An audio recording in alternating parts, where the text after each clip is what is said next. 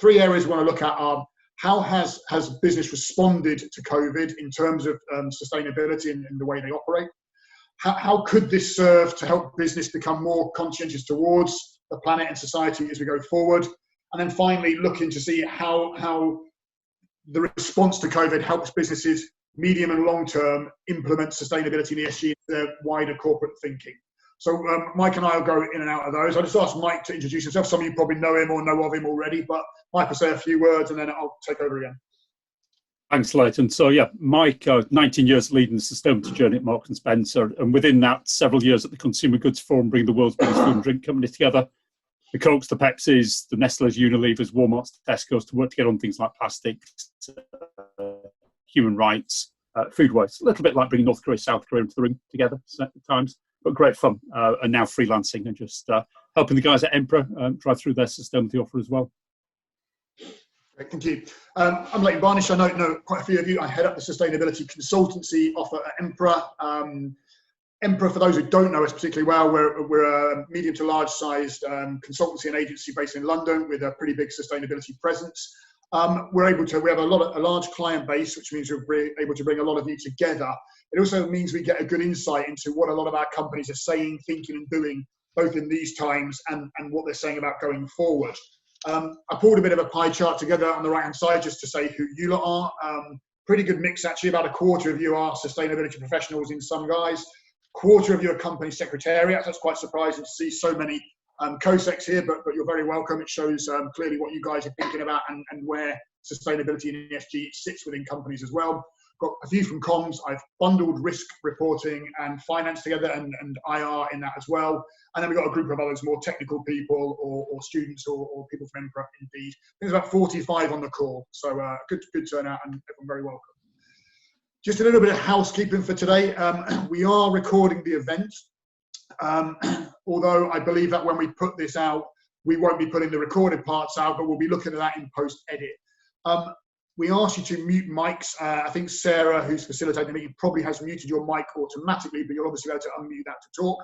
But we ask you to keep them unmuted when you're not speaking, otherwise we end up with a lot of feedback and a lot of noise. We got three sections that I mentioned earlier. At the end of each one, we're going to have a little break and open up for Q&A and discussions. So by all means, ask your questions there and we'll discuss them. But also, we're going to have a Chatham House period at the end, whereby if there's things you'd like to talk about you'd rather not go on the record with, perhaps specific to your business, we'll have a session at the end where we can have that conversation with a bit more sort of security around it. And at the end of the meeting, we'll make sure that all the materials are made available to everyone at the end. We'll send that out. So the initial response to COVID, look, I'm not going to go through this too much. Unless you've been living under a rock, everyone knows what COVID is. A couple of stats to pull out though.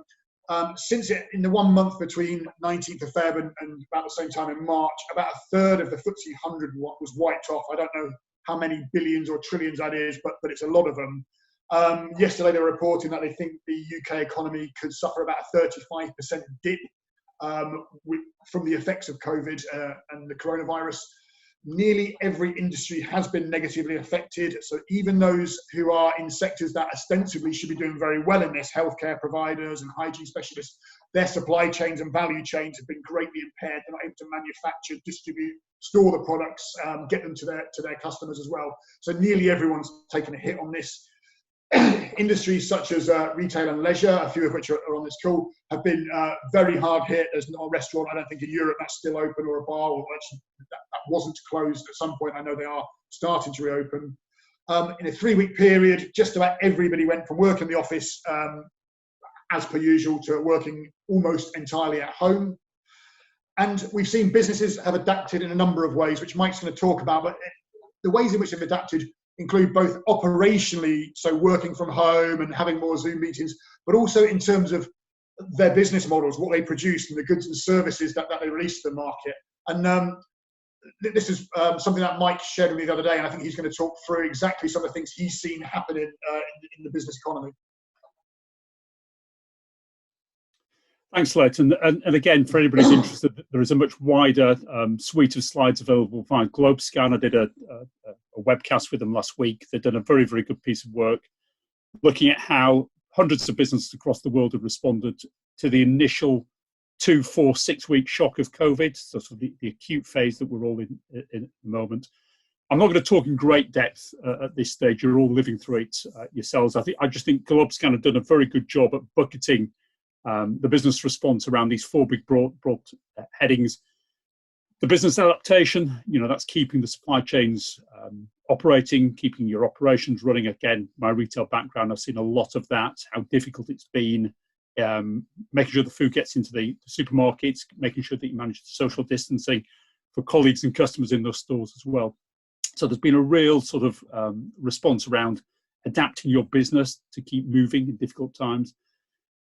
There's been a philanthropic effort. I think particularly you see this in the States, where there's this sort of probably a little less done on core corporate responsibility or sustainability programs, but more just done as one-off, hand in the pocket and large sums of money handed across to the needy. But again, there's been a philanthropic effort. The collaborative effort, I think, again, we're going to unpick through the rest of this 40, 50 minutes together. There has been the emergence of a collaborative effort across supply chains, across sectors. But again, it's exposed how difficult business generally finds it to work together to tackle a common goal. And when we start thinking of the great challenges of the circular economy, climate change that lie ahead, this ability to create a shared platform of shared capability across sectors, peers and competitors will become very, very important. And the shared value one's really important because this is where business is really starting to use its own core capabilities to drive change. A great story about Mercedes, brilliant skilled engineers, finding ways to work on ventilators, bringing that innovation capacity into the marketplace to drive change, rather than just lending a pair of hands to do a random task. And again, I think we've seen that in the past. Many of us have been involved with the world of corporate responsibility in the past, and we've seen the sort of somewhat lazy business response of sending just random hands to a school to paint it for a day. Some of those hands are some of the world's best experts in business IT or business finance or business logistics. They're the skills they should be using in those schools, in those communities, in society generally to drive change, rather than just a pair of hands painting at any school. And again, that's been brought into stark relief, I think, in the last 6 weeks. What skills can you actually provide to society in a time of need? What skills can you provide as we step into a very difficult rebuilding phase that we'll discuss in a moment? So I'm going to pause there because I think this is a time to gather your reflections about what you've seen, what you've learned, and ask your questions. So some of the things we've observed at Emperor, we do have a large client base, so we do get to see a good cross-section of what's being said. So what we've seen in the last month, so predictably, we've seen companies battening down the hatches, to use the sailing jargon. We've seen discretionary spend being cut. We've seen work being delayed to future dates, so that hopefully will be resumed. And we've also seen scopes of work being reduced as well. So, that's fairly predictable, what you would expect it in a crisis situation. But interestingly, we've also seen others bringing work forward, and quite a few of these. We've seen a recognition that projects might take longer. Producing an annual report or redoing a website simply might take longer because people are working from home and the interconnections we have at work aren't there. We've also seen, as often is the case in situations, budget fear. People worried that if I don't spend it now, I'll lose it. So we've had people saying, can I give you some money to get on with this now, for fear that if we don't do it now, we'll never do it. And quite interestingly, we've just seen people with more headspace, just time to be able to say that sustainability thing I was thinking about, that I always put off because I was running around doing accounts or I was doing my COSEC work. Actually, now I've got a bit of time to sit and think about it and reflect on it. I'm not just saying this because I'm in that space, but sustainability and ESG work for Emperor has been amongst the most resilient in terms of not being delayed and cancelled. Some of this is legislative. You can't get away from doing an annual report. You're committed to doing sustainability reports. You've done them previously. New legislation in the UK, like Section 172 and the new SECR code, or even the ramp up of TCFD. Apologies if the acronyms are unknown to you. These mean that sustainability kind of has to go on. I mentioned earlier that people have a bit more time to focus on this. I think the final point is probably the most important, which is stakeholder expectations haven't diminished in the medium or long term of their expectations of businesses to do more in sustainability.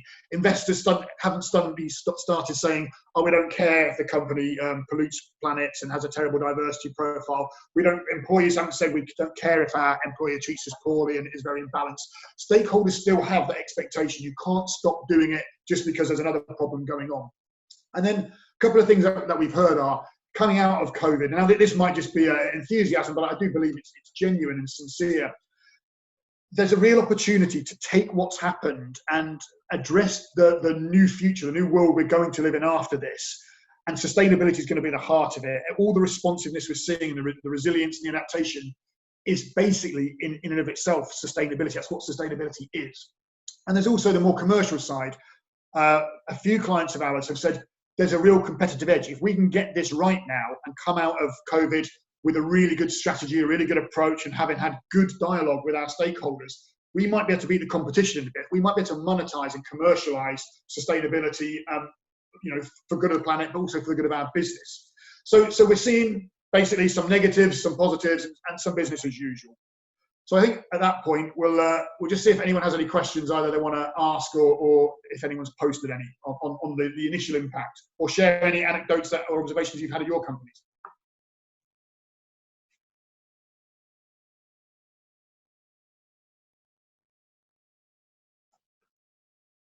Okay. If there's nothing, remember people are muted, so I think pressing the space bar will unmute or removing mute. I'll just give it 5 seconds.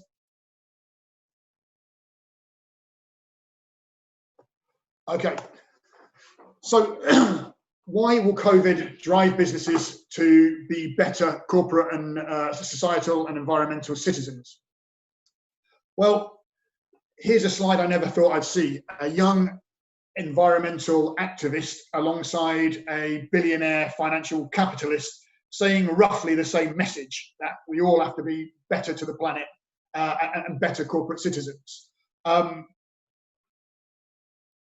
The world's seen a lot since the financial crisis. I think Mike's probably better to talk a bit about some of the macro issues that I've seen and how that's responded.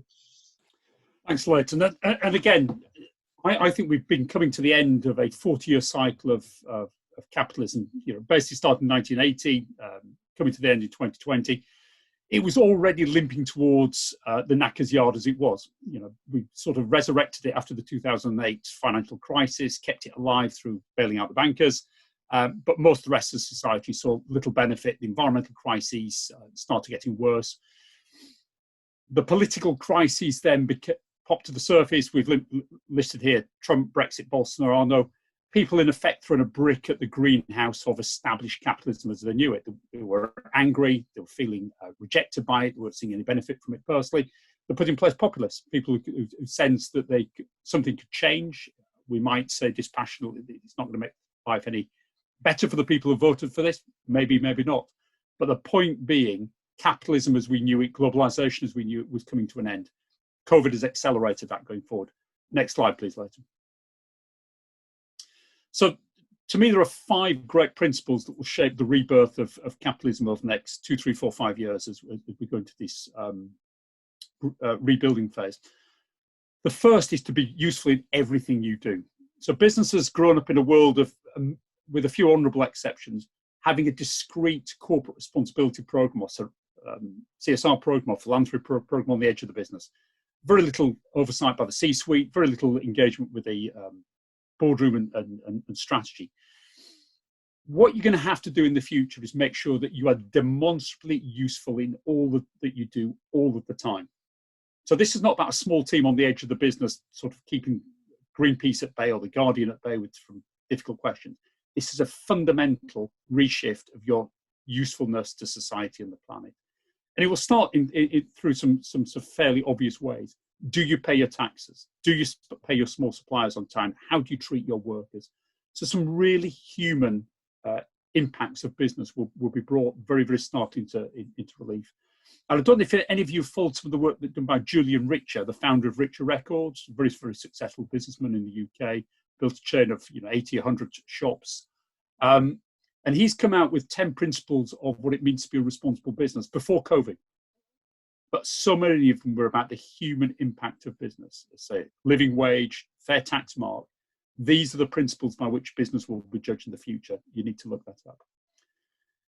The second principle is about engagement. So 90% of all the good work that business has been doing on sustainability and corporate responsibility in the last decade has been behind the scenes. It's supply chains, it's conversations between professionals and other professionals, a business with a Greenpeace, it's been life cycle assessment, TCFDs, all good and necessary stuff. But it's not engaged the wider society around us. So we have to find a way in the next 2, 3, 4, 5 years of not just demonstrating to 7.6 billion people on the planet that we are useful, but actively engage them in the change themselves. And again, in a moment, we'll talk about sustainable consumption, how people are starting to present to consumers choices and abilities to make a difference through the products and services they purchase. But we have to make what we do very much more human and less technocratic. The third thing is all about systems change. And if you look back on 2017, every 5 years, the UK government does a national risk register of the meta risks that face British society and the economy. Last one was done in 2017. The number one risk, you're not going to be surprised me to say, was a pandemic. It was number one risk in terms of likelihood and impact. All that we're living through now was spotted by some bright people in an office in Whitehall, was written down, and nothing happened. Because clearly we've been on the back foot as individual companies, as a collective society, politically, in responding to what's happening now. It's not a black swan. It's not one of those unimaginable risks like an asteroid suddenly hitting the planet from nowhere. This was all predictable. Ebola, SARS, you can go back through all the sort of risks that were emerging. And at its heart is not just a criticism of political leaders, it's a criticism of business leaders as well. That we've shrunk our businesses, our societies, our economies down to a number of discrete, functional, individual blocks. We do it with our supply chains, but we don't see it as a living system. And the ability of governments and businesses to recognize that they are part of a pulsing ecosystem of shared responsibility and capability and need will be vital in the future. So it's not just about identifying meta risks like climate change, circular economy, biodiversity, inequality that lie ahead, and then putting it on a shelf, never to be looked at again. It's doing that systems risk assessment and responding with an action plan to make sure things change, not just individually, collectively. The fourth point is about the fourth industrial revolution. Again, we're all living through it. Big data, artificial intelligence, 3D printing, drones, driverless cars, personalized medicine, you name it, it's emerging. We're at a crossroads. So much of that technology innovation can be used for bad. It's been used to hack elections. It's been to drive quite a dystopian surveillance society if we're not careful. It can be used down the other fork in the road for tremendous good. So I come from the world of Marks and Spencer, who were a small retailer. Marks and Spencer sold 3 billion individual products each year, 32 million customers, through 1,500 shops and websites, coming out of several thousand factories, none of which the M&S owned, from 20,000 farmers producing raw materials like meat, fruit and veg, and thousands of raw material sources like cocoa, rice, fish, etc. M&S's ability to track and trace all that using the old spreadsheet approach, impossible. The ability to track and trace everything you sell, the standards it's produced to, and engage your customer in that difference using AI and big data, phenomenal. So the ability to use the fourth industrial revolution for good, very powerful. And the fifth and final thing, partnership, partnership, partnership. I mentioned we're all part of this pulsing ecosystem of shared responsibility with our customers, with our colleagues, with our suppliers, with the wider economy, and how we don't actually work in that way.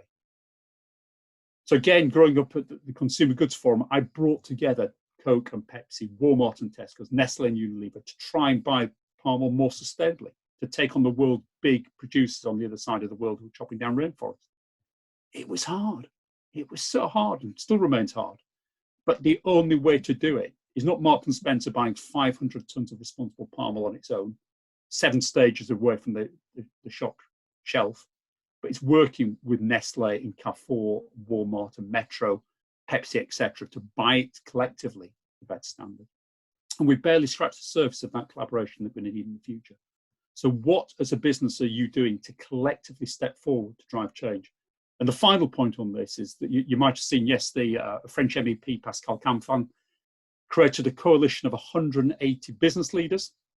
So the Unilevers, the IKEAs, the Danones, the L'Oreals, policymakers, trade unions, other MEPs, environment ministers from all around Europe to say, we need to build that better. We need to make sure that whatever rebuilding effort, whatever bailout effort that we do in the next few months to get us from this dreadful place to a better place has to have green and social equity principles at the heart of it. Again, which of you is stepping forward to be part of that revolution?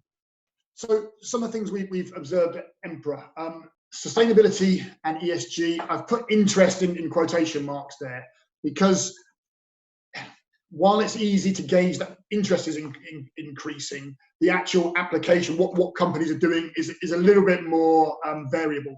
But certainly we get a lot more inquiries from clients, things like, this ESG thing is quite interesting. Can you come and talk to us about it? Can you tell us what it means? Can you tell us what our competitors are doing? So we're seeing that increase along with the level of understanding of clients, particularly executives.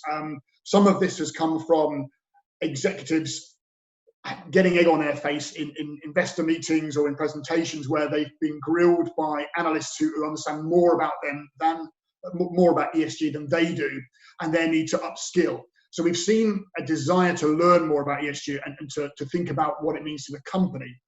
And we definitely see more interest from the stakeholders of our clients, particularly investors and particularly employees. We spend a lot of time talking to brokers, to analysts and to fund managers, as well as talking to employees in our department that does that. And we hear a lot more about their interest in ESG and the questions that they're asking of our clients. Something else we're observing a lot is the need to be transparent and to be honest about where you are on your sustainability journey. Because of the intelligence and the experience that's been gathered by people in the marketplace, greenwashing now and the idea that you can use statements like sustainability is at the heart of our business strategy and our people are our number one priority, you can't get away with just using those words without backing it up. And so data is important. But what we know from talking to a lot of investors is they would rather a company be honest about the fact they're at the beginning of a journey, that they're working on building the foundations and getting things right in the beginning, far more than they want people to stumble through with lots of fluffy words and lots of greenwash, which I think is a good thing. Interestingly, a lot of our clients are now becoming more prepared to share some of the bad news as well as the good news. And I've put the Zoom example on there. Last week, the CEO of Zoom came out and said, well, boy, I really messed that up, and got a really good response from it and really increased the trust and confidence that people had in him and his business to improve on it. This idea that people are fallible, people make mistakes, and that's where we actually learn is becoming a key part of sustainability discourse and communication. The one thing we do more with our clients than anything else at Emperor is help them understand their material issues. And a lot of that's done through stakeholder engagement. Part of it is done through desk research and peer assessments. But a lot of it is really talking about sustainability to your stakeholders and understanding what they expect of you. Not cherry picking issues that you perhaps already deal with fairly well and then writing oodles and oodles of content and copy and reports about that, but actually clearly addressing things that your stakeholders find interesting. So many companies, even in FMCG, missed the plastic issue. And it wasn't until Attenborough reported on tides of ocean plastic that companies went, wow, we make a lot of plastic, we better start addressing this. COVID, again, if you read the last year's FTSE 100 annual reports in their risk section, count how many had a pandemic as being a principal risk to their business, while at the state level it was identified as being very important, as Mike said. At the corporate level, hardly made the news at all. So really, the confidence that your investors and your other stakeholders get, that you know what your issues are and you'll handle them, is so important. Communicate directly on this information, as I mentioned earlier, cut the greenwash, cut the purpose wash, and stay up to date. Sometimes people will go through these processes of identifying these issues every 2 or 3 years. I mean, COVID came upon us in about 2 months. The Oceans of Plastic was a show put on by Attenborough before companies responded. Things happen very quickly, so staying up to date is very, very important. And finally, what we're seeing a lot of is the need for having a strategic approach and not doing things piecemeals and reactively, but doing it proactively and in a strategic, coordinated way.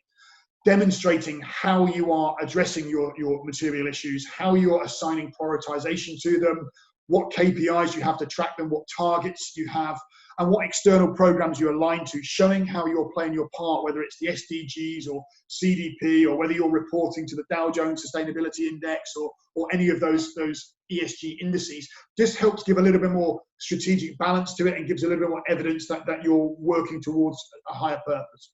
So thinking about the future then, and what happens when the new world emerges and whatever that new world looks like, and what sustainability has to play in that. Michael, talk a bit about his views on that. Yeah, thanks, Leighton. So again, I'm now going to talk very, very practically about how a business can respond to the current crisis, can help literally build back better. A lot of what we've talked about of the previous 15 to 20 minutes has been big theories, big ideas. How do you ground them in a very big business, busy business, a business going through existential economic crises in many ways? And I'm going to frame what I say around three simple questions. Why are you doing sustainability? What are you committing to do, and how are you integrating it into your organisation? Next slide, Leighton. So if I focus on the why, this is the strategy. And, too many businesses don't fully understand why they are doing this. They don't see the marketplace forces that are coming. Again, if I use just three examples, what's happened in the power sector, there was hooked on coal. We've seen a rapid shift across to wind and solar, to battery storage. Most power executives 10 years ago would have laughed at the thought of that. Coal's here forever. It's cheap. It's easy for us to get hold of. These other technologies are expensive, unproven. They've been utterly disrupted. The second has been the car industry. Again, exactly the same philosophy about diesels forever. Electric cars, small, ugly, expensive. No one's ever going to want to worry about charging them. Again, every car company in the world now rushing to respond to the existential threat of both regulation and Tesla in the marketplace. Half today's car companies, we know them even pre-COVID, would not have been around in 10 years' time because they've been too slow to prepare the systemic change. And the third example is the food industry. Again, we've used the example of plastics, which is systemically important for getting trillions, and I stress the word trillions, of items of food and drink to the marketplace safely every year. And yet the ocean plastic problem has been left behind in terms of using it. Again, most of the food industry thought that they could just have a commitment to reduce the amount of plastic using by 5% and the issue would go away. It hasn't. Exactly the same with the meat industry, meat-based diet. People sat there looking what's vegan, vegetarian penetration over the last 10, 20 years. Good people have pursued that diet, but it's been 3, 4, 5% of the marketplace, if that. Most people have been put off by perceived difficulty, cost, loss of aspiration, interest in terms of the diet that they pursue, rightly or wrongly. Now with the rise of people like Impossible, Memphis, the resurgence of people like Quorn, people are beginning to realise that it can explore not just a vegan, vegetarian diet, but a flexitarian one, very much less dependent on meat. And that does not stop there, because the true breakthrough, again, if you're any very interested, look at a report online by a think tank called Rethink X that looks at the future of the US beef industry. And it looks at what's going to happen, not in terms of plant replacement for meat, which we've seen today. That's in some ways a smallish risk. The true risk is the fermentation of lab-based meat cultures in the laboratory. Used to cost $100,000 to clone one beef burger in a laboratory. Then it was 10,000, then it was 1,000, then 100, then it was 10, now it's 1. As soon as it goes to 50 cents, it doesn't just outperform conventional beef burgers in terms of taste, of safety, of environment, of animal welfare, human health, but also on price. And then the US beef industry loses. And again, people will shake their heads and say it'll never happen. It will. So the ability to understand the profound marketplace innovations that are disrupting your marketplace go to the very heart of this articulation in the boardroom. Not just about purpose and culture, the softer side of why you do it, but the hard node, what will I be selling to whom in the future? You win or lose in this marketplace if you get this wrong. The other part of this is leadership. And again, many big businesses have got reasonably good corporate responsibility programs that they're happy for a middle-ranking manager on the edge of the business to take responsibility for, appear on TV, appear on the radio, appear in a report for them. Their C-suite have to own this. They have to own it to drive the level of integration we'll touch on in a minute within their own organisation, and to be credible, transparent, bold, brave leaders of the future in the public, which will, again, as we've just discussed post-COVID, people will expect. Next slide, please, Leighton. So I'm now going to focus on the second question, which is the what. This is where people usually rush to very, very quickly. This is your climate targets, your human rights targets, your plastics targets, your water target. We're all comfortable talking about them. It's not difficult to set them. You should be able to look at what your competitors, your peers are doing. But too few companies actually put in the infrastructure behind these targets to actually deliver them. So this is very much about the reporting, the governance, the management information. So M&S, when we're running Plan A, we would have a 100-point plan. Every month we get the management information that enables us to track what was going well, a lot, what was going solidly, a lot, what we were struggling with, a smaller number, but very important. And we're able to isolate the problems, the solutions, and get things done to the satisfaction of the board and the outside world very rapidly, because we have the governance and the management system to underpin what's going on here as well. And then this final point here about transparency. Again, Leighton discussed it. In the old world, transparency was knocking out a report once a year, looking in rear view mirror, telling you what happened 18 months ago to be read by 200 people around the world. That's not the future of transparency. It's the bedrock of it. It's the beginning of it. But the ability to offer 24/7, 365 days a year transparency on everything you do is the next revolution that's coming. And again, M&S, like a number of big retailers, have been naming the factories on an interactive map around the world that they buy from. Haven't yet put a huge amount of detail and data behind their performance, the audit reports, but that will come. People at Nike have been doing that. And then what H&M have been doing is taking that then onto the website for the customer to buy. Say, click on this dress, cost you 15 quid. This is the factory that bought it. This is produced it. This is how it's performing. So we're in the foothills of hyper-transparency, what it means in terms of running a business. Next slide, please, Leighton. So the final slide, and again, you know, in terms of order of importance, this is the Cinderella. This is the one that's always forgotten. This is the one where you go beyond having a compliance system to run your targets that we've just talked about, and having a small number of good people running your logistics or your factories or your sourcing, reporting in once a month on a red, green, and amber KPI, and then going back to the day job. This is about building a culture across your organization, from the boardroom to the shop floor, that wants to do sustainability, not because you stood there with a gun saying you've got to do it, but because they understand the value to the organization, they understand what they need to do, and they get business value and personal value out of doing it. So that's very much the part about engaging your employees. The second part, again, you know, we've been reiterated throughout this presentation. You need to build the partnerships for change. Some of those exist for individual sectors today. Some of them cut across the economy.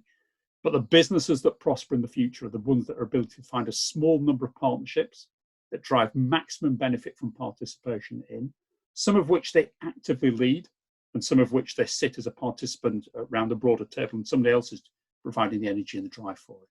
But you have to be part of the right partnerships. Same with your suppliers. Again, a lot M&S traditionally ran its supply chains in a very compliance way. That's our standards. That's what you've got to meet. These are the auditors coming in to check whether you're doing it, pass or fail. The big step on, particularly with our food supply chain that we got was when we introduced a bronze, silver, gold ladder on sustainability. Said, you get to bronze, these are the minimum social environmental things you need to do. This is how to get there. And these are the benefits you'll see from having a low cost base, more motivated workforce. Silver, then gold. And actually, once you get to gold, we'll buy more from you because you've got a low cost base and more motivated workforce, more productive, better innovation, better quality. So we created a virtuous positive circle of participation rather than this constant reductionist compliance-led system that we'd had in the past working with suppliers. And also very conscious that the suppliers were also supplying other good businesses like Waitrose and Tesco, Sainsbury's, trying to make sure that we had common standards applied commonly across that supply chain.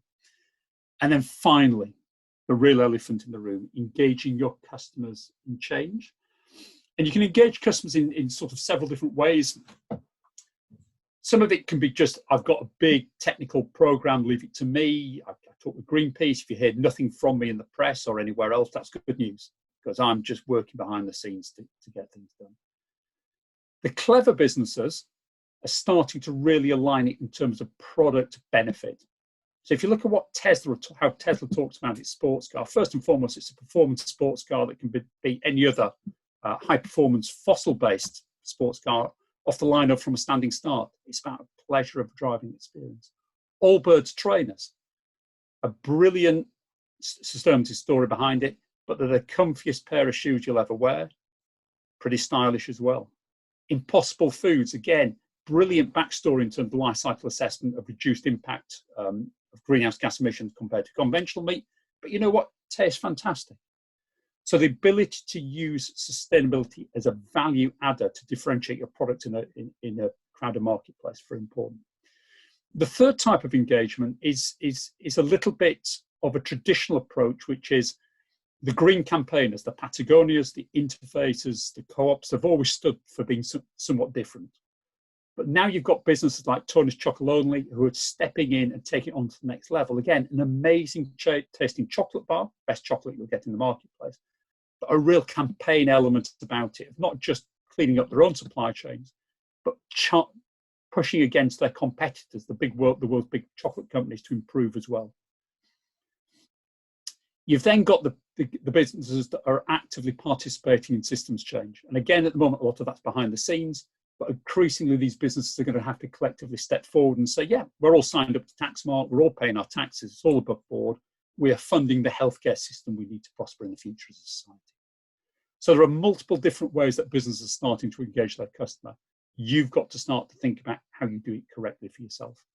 So in summary, get the why right, get the what right, get the how right, and you'll be all right in the future. But you need to think through it in great detail. Over to you, Leighton. Thanks, Mike. And then finally from me, just along those lines, some of the things we've seen from our clients at Emperor. Communication around purpose has increased absolutely hugely over the past few years. Some of this is being emphasised by the regulators, such as the FRC, who are pushing culture and purpose as something that should be at the bedrock of what companies are communicating around. We did some analysis last year looking at the annual reports that were released, and we found from our analysis that purpose was the biggest part, was the biggest theme through the annual reports in last year's reporting suite. This year, my prediction is it'll be COVID-19, but that's not particularly insightful. And we get a lot more inquiry from our client stakeholders around purpose, understanding purpose and the subsets of that, and how the purpose links to other parts of the business. We find that companies typically know their purpose. Emperor certainly know experts in helping companies define what their purpose is. Business has been around for 100 years. They know what it is. Typically, they just don't articulate it very well. So often where we find clients need a lot of help is just that visual and verbal articulation of the purpose. And by visual, really, what I mean is how it links, how it stacks up, the hierarchy of how it sits with mission, vision, values, sustainability, business model, strategy. And the other building blocks of a corporate purpose and of a corporate narrative, I suppose. Something else we're seeing that bigger companies always were a bit ahead in terms of non-financial KPIs and sustainability KPIs. And by KPIs, I really mean that things that go on the second page of annual report or on the website or get discussed by the executive committee and boards. But the smaller firms are catching up. We have a lot of conversations with companies now in the AIM or private. We're saying, what KPI should we be establishing? What should we be sharing with our stakeholders? What should we be putting in our annual reports beyond just the financials? And I guess finally, we are seeing integrated reporting means different things to different people. It was very, very big several years ago. It's big in countries like South Africa and India. It's huge there. So England, UK, it took off a bit and stalled a bit. But fundamentally, I think the reason why it's perhaps not as vogue as it was, integrated reporting really just is good reporting. It's about showing how different parts of your business, the ways you operate sustainability and your governance, how they sit with your business model, your strategy, that your CEO and your chairman communicate about them in the same way they talk about profits warnings or new product innovations. They'll talk about their impact on people and society. Investor decks now, we see increasingly slides and allocations to sustainability and ESG. And social media, of course. We've got a lot of clients now who run social media campaigns entirely on sustainability, as opposed to drip feeding one in every here and there. Now they just run entire campaigns around social media. So we are definitely seeing, I talked earlier about the interest in sustainability increasing. We are also seeing in the bigger companies, the action, the enactment of strategies and performance and change for sustainability. And we're seeing the smaller firms having the desire to do that and also moving there in some cases. So we've taken there about 45 minutes just to give you a bit of a whistle-stop tour to how we think COVID is having an impact, but how we think sustainability is going to respond. I've got a couple of questions I'll just lead off with. First one from Mike from Stephen Lowe was asking whether you think the future will look back on this period and see this as the time where the fourth evolution really did start, or whether it will be more just a bit of an innovation step change. Correct me if that wasn't articulated well, Stephen. And Stephen, it's a very good question. And I briefly alluded to this at the beginning, talking about the end of a cycle of capitalism, 1980 to 2020, laissez-faire capitalism in return for growth, for jobs. But governments took a real step back from regulating marketplaces. It was very much leave it to the market, all hail the market. I think what's been shown in shattering relief in the last few weeks is the market can't solve everything. Governments need to keep society safe, protect people. Only governments can do that. So I think we're all beginning to suspect that the business, that we were, a little bit of the emperor's new clothes on this one, that business wasn't, perfect. It was causing a lot of the problems to do with pollution, climate change, inequality. The uproar of Brexit, Trump, Bolsonaro's election had sort of shown people's anger with the system as it was, but it's taken COVID now to remind people of the preeminence of governments. So we are coming to the end of that cycle. We step into a new cycle, and you're going to see these two worlds blend of sustainability. I'm going to use in the broadest sense, good for people, good for planet, and the fourth industrial revolution blending. Now, I think what you're going to see over the next few years is sort of two quite distinct pathways emerging. One is all about science. I talked about lab-grown meat. I've not spoken too much yet about the personalisation of food. Again, COVID's going to accelerate the personalisation of health. We've all got a phone in our pocket that will monitor our health in the not too distant future. The ability then to connect that to diet. So rather than buying 50,000 of the same lasagnas from Marks and Spencer each week, 50,000 customers will buy 50,000 different ones. One will have selenium, one will have potassium, because you're all different in terms of what you need. So there will be a very science-based set of solutions to the world that we live in terms of convenience, in terms of need, in terms of sustainability. And the other direction will be very much about humanity. Local food connected to the farmer that's growing it. The farmer's been using this practice for 100 years. He or she, you can look them in the eye.